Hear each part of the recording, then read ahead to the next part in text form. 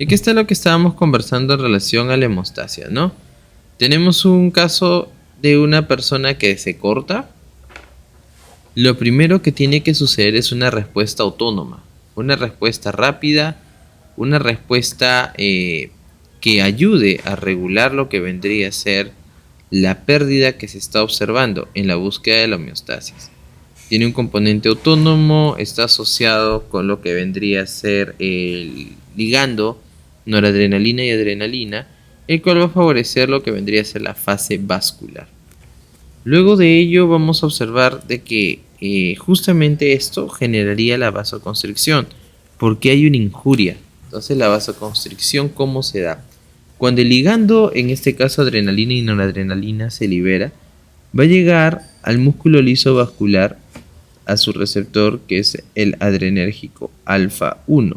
Este es un receptor autónomo netamente, adrenérgico metabotrópico acoplado a proteína GQ, y lo que va a generar es una respuesta de incremento de los niveles de proteína quinasa C con una consecuente, ¿verdad?,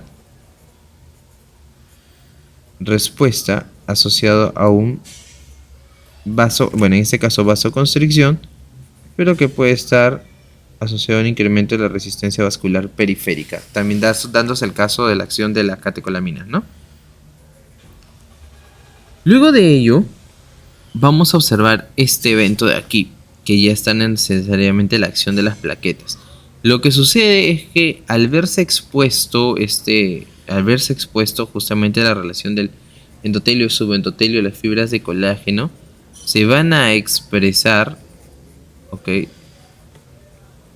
Se van a expresar justamente las fibras de colágeno, y esto va a hacer de que cuando las plaquetitas estén por ahí circulantes, pase y al final se dé lo que vendría a ser la adherencia y la agregación. Esto es importante porque primero, como dice aquí, se adhieren las plaquetas. No se agregan, primero se van a adherir. Se adhieren las plaquetas como una base, y luego que estén activas se va a poder generar lo que vendría a ser la activación. Okay, ahí está. Pero primero se tienen que adherir. Entonces, eso relacionado a la fase plaquetaria. Y miren aquí, se forma una red, se adhieren y luego empiezan a agregarse aún más. Agregándose, lo que va a pasar es que justamente ya se va a formar un tapón, que es lo que se busca. En esa imagen lo que queremos, o bueno, en este caso compartirles, ya es en el orden del proceso quién involucra en cada paso de mejor manera, ¿no?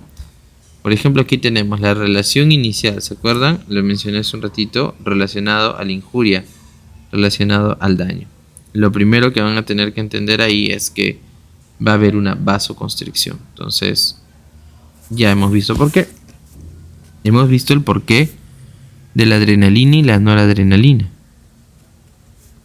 Pero no es el único. El tromboxano A2 y la endotelina también participan en lo que vendría a ser la vasoconstricción. ¿Qué es lo que va a pasar? De alguna manera,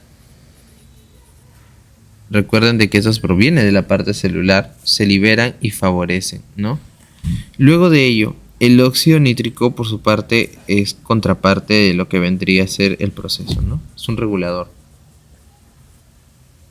Proviene de la vía de la arginina sintasa.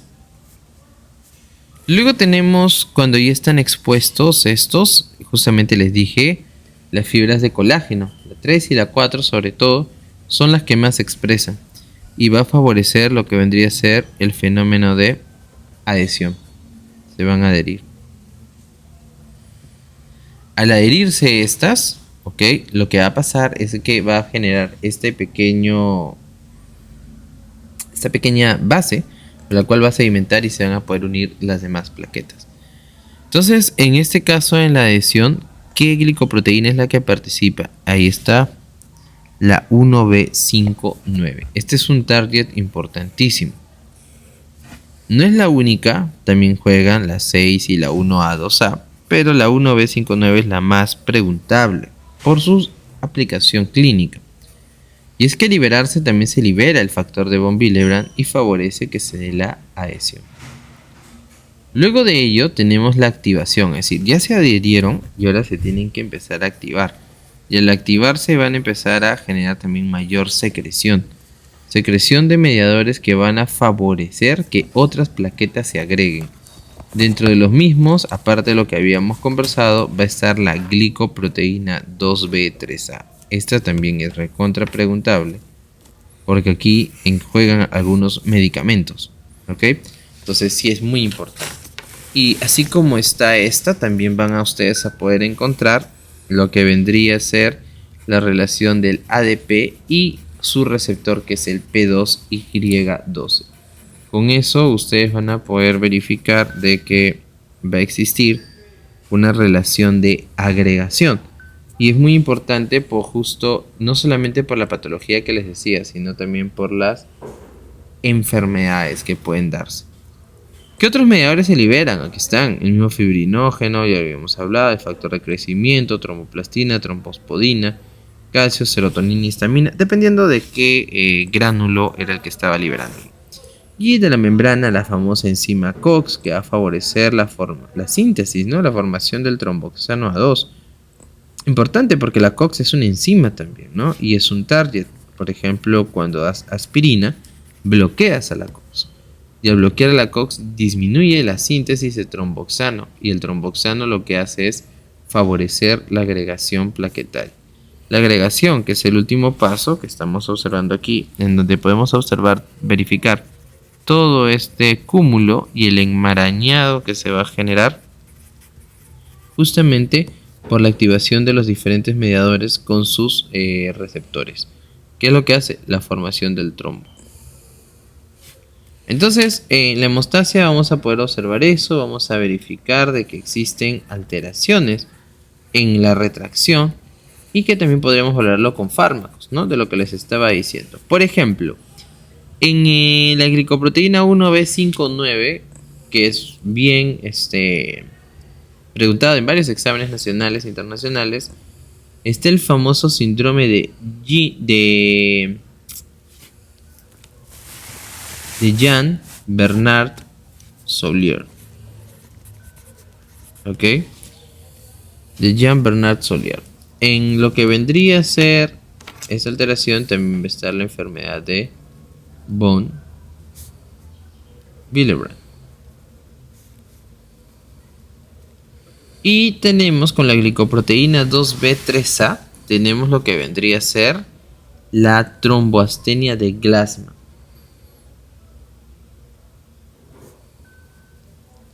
Tromboastenia de Glasman. En los fármacos, ¿a quiénes vamos a tener? Vamos a tener a la aspirina relacionado con la enzima COX y la repercusión del tromboxano A2. Vamos a tener al clopidogrel, seguro lo habrán escuchado, que juega con lo que vendría a ser el receptor del ADP, su target, el P2Y12. Tenemos por ejemplo el abscizimab, que juega con la glicoproteína 2B3A, y en ese sentido lo que vamos a poder observar es que se va a repercutir en lo que vendría a ser la agregación básicamente. Entonces esto es importante porque estamos viendo de que podemos, gracias a reconocer los elementos y targets de cada uno de estos, verificar, ¿no?, si existe o no lo que al final nosotros reconoceríamos como un proceso. Pero no es que yo no quiera que no exista la coagulación o no sé, sino que va a depender mucho, en este caso, del proceso y de la causa, de la etiología. Porque si estamos en un proceso protrombótico, tú no vas a querer que se siga formando. O en el caso, por ejemplo, de un coágulo que se esté formando y o ese trombito que se está formando sería la expresión más óptima porque se desprendió una placa de ateroma y a partir de mismo se empezó a dar una agregación. Por ejemplo, en el caso de la angina, ¿no? Inestable, y que luego progresa un infarto, tú das la aspirina con la finalidad de que no se dé lo que vendría a ser una formación de un trombo, porque yo no quisiera, en ese caso, que justamente exista mayor compromiso en reducción al flujo sanguíneo. Esa es la razón y eso es lo que ustedes tienen que entender cuando van a valorar este proceso, ¿no? El tiempo de sangría, recuerden que varía, está entre 3 y 7. Ahí tenemos las técnicas de Duke y de Ivy, ¿no? Tenemos eso ahí entonces. Aquí está la famosa relación de la cascada de la coagulación, que no necesariamente actual se considera este proceso porque ahora se habla de la cascada celular de la coagulación, pero desde el punto de vista dinámico sí nos ayuda a poder reconocer lo que vendría a ser el contraste entre una vía intrínseca y una vía extrínseca. Ahí pues tenemos justamente cada uno de los mediadores, empezando en la parte, por ejemplo, extrínseca con el factor tisular, ¿no?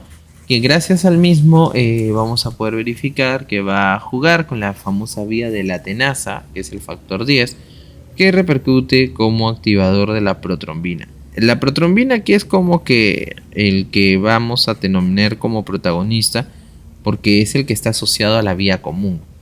Ese factor, ¿se acuerdan? 2 inactivo, que gracias a la vía de la tenaza, así lo conocen muchos de los libros, miren, que es el factor 10. ¿Y por qué vía de la tenaza? Porque no solamente juega el 10, está jugando el 5, está jugando el calcio también. Entonces estos van a favorecer que la protrombina, que es el factor inactivo, se transforme en trombina. Y gracias también a la acción del calcio, juguemos en que el factor inactivo, el fibrinógeno, se transforme en fibrina, que es el factor 1 activado. Entonces, ese por parte de la extrínseca. La intrínseca es un poquito más larga porque empieza con el factor 12, luego está relacionado con el factor 11 y luego vamos a llegar a la vía de la tenaza en sí. Ahí vamos a poder observar algunas variables como vía de contacto, trauma sanguíneo, la relación de colágeno, cambio de cargas, etcétera, dependiendo de cuáles son los mediadores también que van a jugar en la vía intrínseca podrían repercutir, pero todo siempre juega con la vía de la tenaza al final. La vía extrínseca es un poquito más rápida, ¿no? Miren, la otra duraba de 1 a 6 minutos, la vía extrínseca es más rápida. Y con ello también yo puedo valorar lo que vendría a ser justamente los tiempos de tromboplastina parcial activado y el tiempo de protrombina, ¿no? El que es más largo, en mnemotecnias, porque este TPA, acuérdate, va a estar asociado al tiempo de tromboplastina parcial activado y el otro va a estar justamente relacionado con lo que sería la parte de la vía más corta, ¿no? Bueno, entonces ya saben y recuerden que la vía de la cascada celular también es algo que hay que tener en consideración. Miren, esta imagen de aquí es ya para poder centrar el proceso desde un punto de vista más dinámico y que ustedes también puedan reconocer que existe justamente una importancia en los targets. Acá tenemos 2 plaquetas. En este caso estamos partiendo, ¿sí? Vamos a ver aquí en la imagen para recapitular. Desde que las plaquetas pueden estar en reposo y que a partir del reposo se va a generar todo un proceso de activación. Pero aquí nos quedamos con este último momento. Este último momento ya no estamos valorando la adherencia, miren. La adherencia es justamente frente a las fibras de colágeno, la glicoproteína 1B, 5,9, etc. Aquí estás valorando la relación de la unión de 2 plaquetas. De 2 plaquetas que están activas y que gracias a una glicoproteína que es la 2B3A van a poder unirse, favoreciendo con la presencia del fibrinógeno la formación del tapón. ¿Ok? Ahora, ¿pero qué pasa? Como acá te estás dando cuenta, estamos en un número 7 y 6 porque ya los primeros procesos los he explicado en el gráfico anterior. Aquí podemos observar primero que estos mediadores se han liberado de los gránulos. Por ejemplo, aquí el ADP está llegando a su receptor, que es el P2Y12, la trombina con el par y el tromboxano, el receptor de tromboxano. Todos estos, miren qué están haciendo. Respuesta positiva, positiva, positiva. ¿Sobre qué? Sobre el calcio. Sobre el calcio. Entonces, cada uno de estos mediadores, la conclusión aquí es que incrementa la concentración del calcio. Y al incrementar la concentración del calcio, lo que vendría a ser justamente a partir de esto es favorecer, ¿qué cosa? Que se activen aún más estos mediadores, que es la glicoproteína 2B3A. Entonces, ¿qué es lo que hacen los niveles de calcio elevado? Activar a la glicoproteína 2B3A. ¿Qué más va a hacer? Va a ser la liberación de lo que vendría a ser los gránulos, porque para que puedan haberse liberado más mediadores, los gránulos de las plaquetas tienen que liberarse.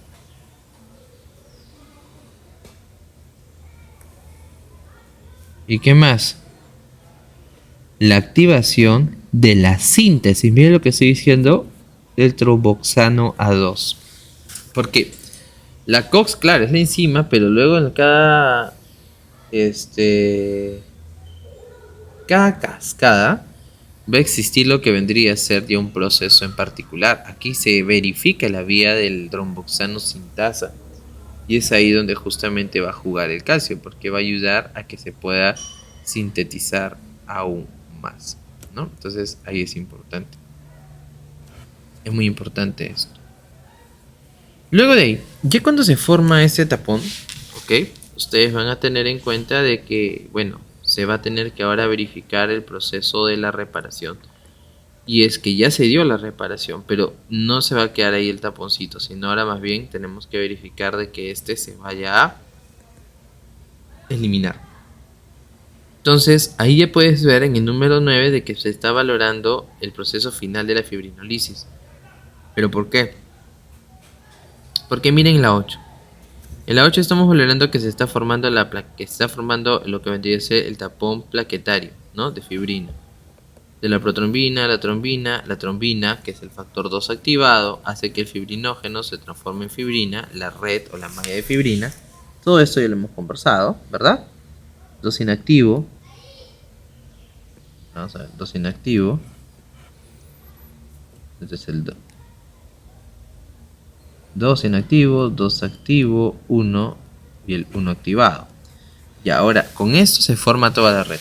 Pero luego, esto es un círculo que tiene que ser regulado para que luego no exista lo contrario. Porque ¿qué pasa si ahora se empiezan a unir más? Toda la luz del vaso se va a tapar y eso tampoco es bueno porque disminuiría el flujo. Entonces lo que va a suceder es que tiene que haber una regulación. Por una parte controlable, pero si es errática ya. Y luego también por el tiempo de vida media, en donde juegan los eventos de fibrinólisis, donde el plasminógeno se va a transformar en plasmina, gracias al factor activador de plasminógeno, y este es lo que va a degradar son los péptidos de fibrina, volviendo nuevamente al basal. Así es el proceso, es muy dinámico, y por eso que les puse esta imagen en relación o alusión a esto, ¿no? Porque es el hecho de la degradación, se empieza a degradar la malla de la fibrina. Para conocedores de la película del evento de Thanos, ¿verdad? Ahí está. Y como les dije, no es solamente centrarnos en la vía intrínseca y extrínseca, por si acaso, a pesar de que eso es algo actual, que nosotros seguimos conversándolo, desde el punto de vista académico, metódico es importante, porque nos ayuda a reconocer los pasos y las vías. Pero en la parte de fisio ustedes van a leer mucho sobre la nueva cascada de coagulación, ya que el aporte que se da en la cascada clásica, tanto por el factor tisular con el factor 7 y el factor 12 respectivamente, que juegan en la activación del 9, la relación del 12-11-9, hace que las dos vías de la coagulación al final vayan unidas desde el inicio, aunque no pareciera, ¿verdad? Aunque el proceso completo no se realiza de forma continua, son realmente importante de que se precisen las tres fases, ¿no? La fase inicial, la fase de amplificación y la fase de propagación. Eso es como se propone la relación de la cascada de la coagulación con este proceso actual, porque justamente vemos de que desde un inicio existe un vínculo de ellos que sí, es cierto, juegan igual con el factor 10 como podemos observarlo, y que al final repercute en lo que vemos, la conclusión de protrombina a trombina. Y luego ¿qué va a hacer? Va a jugar y va a repercutir en que el proceso se amplifique aún más. ¿Para qué? Que en la propagación haga que ya el fibrinógeno se transforme en fibrina. Tenemos aquí algunas situaciones clínicas en la hemostasia primaria. Recordar de que vamos a valorar el número de las plaquetas. Vamos a tener un frotis que va a ser netamente estructural porque se valora la parte de la estructura. Luego tenemos un tiempo de sangría. En el tiempo de sangría vamos a valorar la formación del tapón plaquetario. Cuando nosotros estudiamos la hemostasia secundaria, ahí nosotros vamos a valorar, por ejemplo, la relación del tiempo de protrombina asociado a la vía extrínseca y la relación con el índice, ¿no? El INR. Y en la TTPA ya hemos visto que podríamos estudiar la vía intrínseca. Uno que es más largo, el otro que es más corto, pero que al final se traduce en lo mismo, ¿no? En una respuesta que vamos a tener ahí, intrínseca y extrínseca. Y aquí tenemos el puente a la clínica, en la hemostasia, en los targets, donde vamos a poder observar justamente de que tenemos, ¿no?, diferentes mediadores reguladores aquí, que lo que van a buscar es ayudar a que exista un proceso de propagación. Pero para ello, igualito, tenemos una plaqueta, tenemos la otra plaqueta, se van a empezar a agregar, pero miren lo que ha pasado aquí. Primero ha habido una adherencia.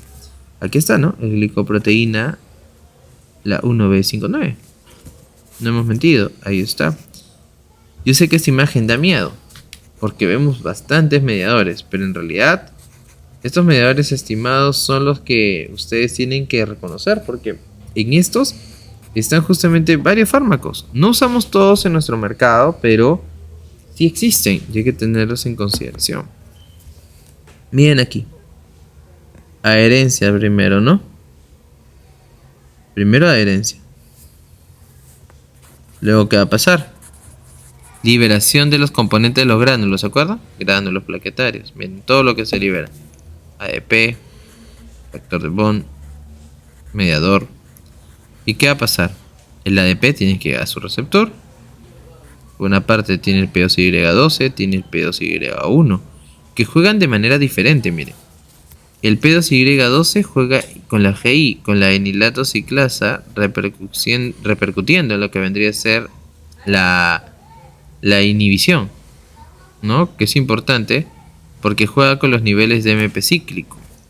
Y el MP cíclico al final lo que hace es justamente, cuando se ve regulada, incrementar los niveles de proteína quinasa A y jugar con lo que sería la relación de la glicoproteína 2B3A. También juegan luego la GQ con lo que sería la relación de la fosfolipasa C, que al final ustedes ya saben que juega con el bifosfato inositol formando IP3 y liberando mayor cantidad de calcio. Y esto ustedes ya saben que el calcio ¿en qué ayudaba? En que se activara y favoreciera que se expresara mayor cantidad de glicoproteína 2B3A. Tenemos eso. Tenemos lo que vendría a ser también ya la relación de la COX, que está acá.